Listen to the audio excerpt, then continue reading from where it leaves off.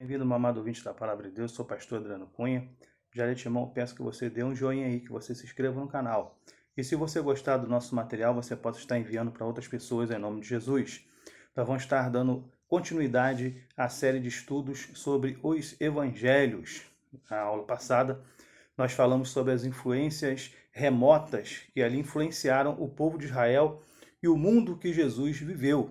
Agora, nós vamos estar falando sobre a influência presente, né? Que é justamente o Império Romano. Vamos ao estudo?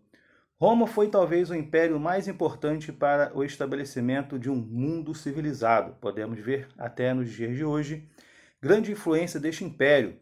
Por exemplo, os brasileiros falam a língua portuguesa, que é derivada do latim, a língua romana.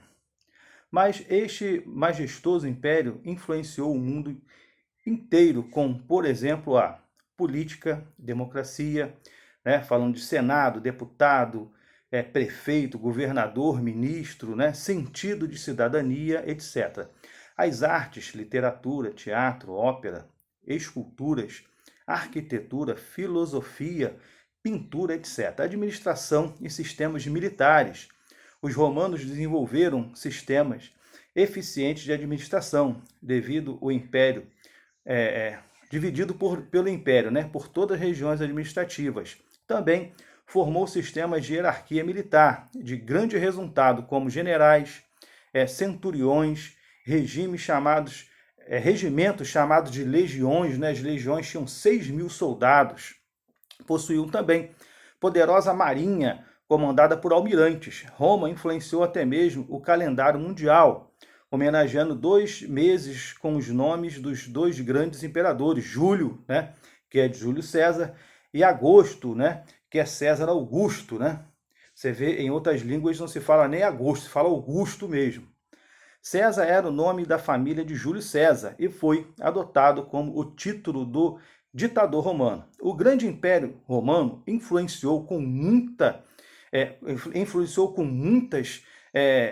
iniciou com muitas cidadelas, né? O grande Império Romano ele iniciou com muitas cidadelas, em aproximadamente 753 a.C., mas após 500 anos de conflito veio a se tornar o grande Império Romano, que por todos é conhecido. Amém? O primeiro imperador foi Augusto, né? Reinou de 27 a.C. a 14 depois de Cristo, anos Domini. Após ele, houve vários imperadores, mas um dos mais conhecidos, e infelizmente por sua maldade, foi Nero. Nero César Augusto Germânico reinou de 54 a 68 anos Domini. Embora o nome dele não apareça nas escrituras, foi a este César que Paulo apelou. Você pode ver lá em Atos dos Apóstolos 25:11. Nero era claramente desequilibrado, conhecido como monstro. Entre outros feitos de crueldade, mandou matar a própria mãe, Agripina. Foi-lhe atribuído o incêndio de Roma, o qual assistiu declamando versos de sua autoria. Este César levou muitos cristãos ao suplício, impondo-lhes a culpa pelo incêndio. Foi duramente pelo incêndio, né, que houve em Roma. Foi durante o incêndio de Roma em 64 anos Domini que Paulo foi sentenciado à morte. Finalmente, o Senado romano declarou Nero inimigo público e ele, encontrando-se sem saída, suicidou-se. Né? Ele era tão gente boa que nem mesmo os romanos aguentavam mais ele, e ele acabou se suicidando. E foi justamente esse Nero que foi responsável pela execução de apóstolo Paulo. E ele atribuiu ali o incêndio de Roma aos cristãos, trazendo ali grande perseguição sobre o povo de Deus. Amém?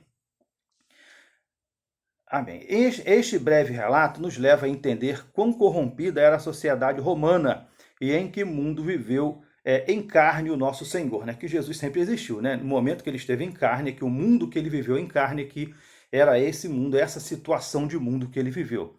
Jesus nasceu durante o reinado de Augusto. Sua morte e ressurreição ocorreram durante o reinado de Tibério, 14 a 37 anos Domini. Toda a região da Palestina esteve debaixo do jugo romano, de 63 a.C.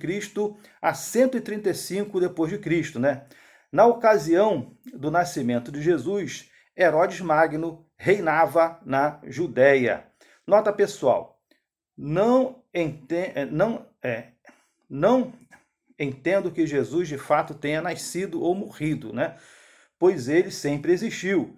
Entendo que ele, para cumprir o plano divino, tenha encarnado, né, assumido a forma humana, né, como diz lá no início do Evangelho de João, por meio da ação sobrenatural do Espírito Santo. A ideia de nascimento está relacionada diretamente ao início da vida ou existência. Jesus é um ser eterno, né? Como eu falei aqui, Jesus ele é eterno, né, gente? Ele nunca nasceu. Na verdade, ele sempre existiu, ele se tornou carne e habitou entre nós, como disse ali João, com muita propriedade. E no momento da crucificação, ele entregou o seu espírito, porque a morte não tinha poder sobre ele, né? Vamos continuar aqui. Não creio que Jesus morreu, pois a morte era uma consequência do pecado. Veja lá Gênesis 2,17. Prática esta que ele nunca cometeu. Jesus, sim, entregou o seu espírito quando entendeu que a obra da redenção já havia sido cumprida. Lucas 23:46. Uma vez Jesus não possuindo pecados, a morte não poderia ter poder sobre ele. Claro que este é o pensamento geral das Escrituras.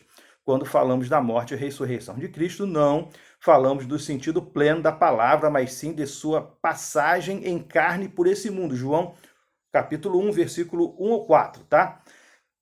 No que tange à sociedade do século I, não há diferença do nosso presente século. A classe rica, tanto dos pagãos como judaica, dominava os pobres. Entre os judeus, os que ostentavam poder eram os sacerdotes e os rabinos, e entre os pagãos, os políticos e os comerciantes. Não mudou nada até hoje, né?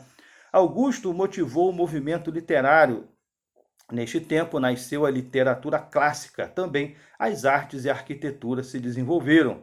No Império Romano, que era muito vasto, o mais vasto de todos os grandes impérios mundiais, havia, lógico, vários idiomas e dialetos, mas destacava-se 4 idiomas: latim, a língua materna dos romanos, grego, a língua internacional, hebraico, língua dos judeus. Israel era uma nação muito importante para Roma por causa da sua localização, né?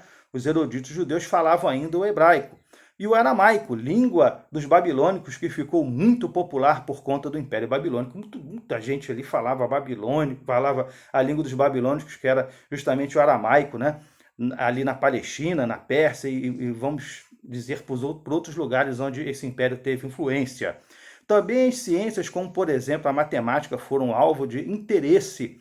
Naqueles dias a indústria, né, rudimentar, claro, e o comércio eram atividades provedoras de sustento. Também a agricultura, a pecuária e outras atividades relacionadas ao campo provinham o sustento do povo. A Bíblia diz que Jesus veio na plenitude dos tempos, né? Gálatas 4:4.